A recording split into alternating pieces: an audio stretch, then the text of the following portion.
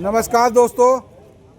भारत जैसे देश में जहाँ पे सबको बराबर का अधिकार है और ख़ासकर महिलाओं के लिए तो ऐसे कठोर कानून बनाए गए हैं, यदि कोई भी अत्याचार करता है बहन बेटियों के साथ तो उनके लिए एक अलग से पृथक कानून बनाया गया।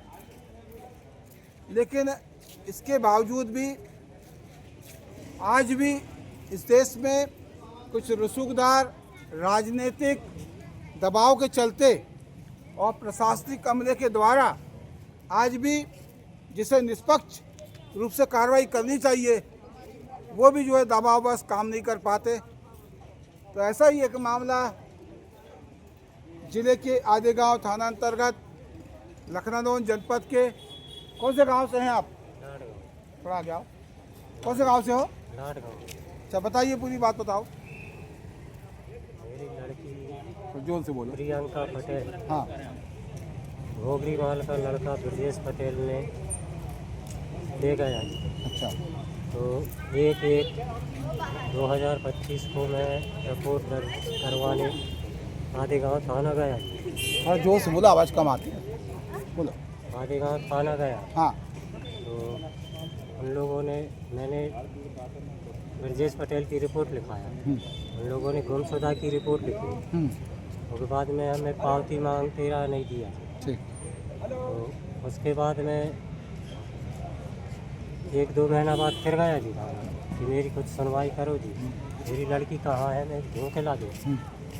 तो वहाँ जी थाना प्रभारी मेरे को धमकाने लगा। बोले तो ज़्यादा आगे बढ़ा तो उलट के तेरे ऊपर केस डाल दो। कौन था थाना प्रभारी वहाँ?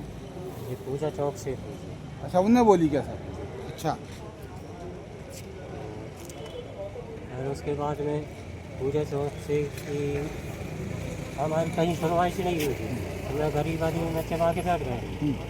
तो पूजा चौक से की बंदी हो गई थाना से। अच्छा। तो वहाँ दूसरा टी आई आ गया। हाँ। तो उसने फाइल उठा के देखा जी। तो मेरे घर आए, बोले तुम फैसला कर लो। बोले तो भाई अभी तक तो मेरी लड़की मिली से नहीं है मेरी।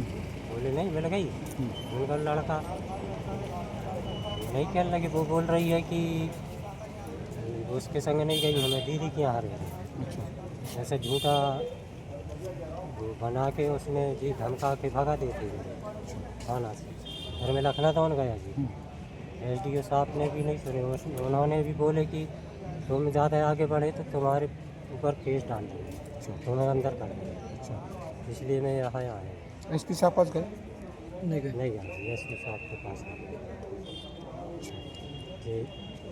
थाना प्रभारी ने बुलाया था जी SDO साहब के पास, यहाँ आओ। तो मेरे को बोले साइन कर दो। तो मैंने कहा जी जो दोषी है जो मेरी लड़की को ले गया उसको सामने तो लाओ, मैं उससे पूछूंगा। अभी भी लड़की नाबालिग है, अभी भी उसकी उम्र नहीं हुई, 17 साल। आपने वो अपनी जो नाबालिग बेटी है उससे पूछने की कोशिश की किसके साथ गई? वे मेरे से बातें ही नहीं करने दे रहे हैं। उन्हीं के पास है वो? हाँ जी, उन्हीं के पास। आप पास नहीं आई? नहीं। अच्छा। तो फिर ये कैसे कह दिया कि वो कहाँ अपनी बहन क्या गई थी या कहीं भी गई थी, उसके साथ नहीं गई थी? वहाँ का जो जनपद अभी आपसे बैठ मुलाकात नहीं हुई लड़की से? नहीं हुई। पुलिस इस मामले में कोई कार्रवाई नहीं कर रही है? कोई कार्रवाई नहीं कर रही जी। वहाँ का जो जनप्रतिनिधि है वो उसने पैसा ले लिया जी, जो थाना प्रभारी अमरीश पटेल 2 लाख रुपया लिए जी। तो अब मैं जाता हूँ तो मेरे को धमकाते। वो जनप्रतिनिधि बोलता है कि गांव से निकाल देंगे, बंद कर देंगे, तो नहीं ज़्यादा आगे बढ़ा। अब आप जो हमारे प्रदेश के मुखिया और हमारे ज़िले की जो कलेक्टर शीतला पटले, इनसे क्या अपेक्षा रखते हैं आप? दोषी को सजा। वही जी, हम कुछ नहीं चाहते, हमको न्याय चाहिए।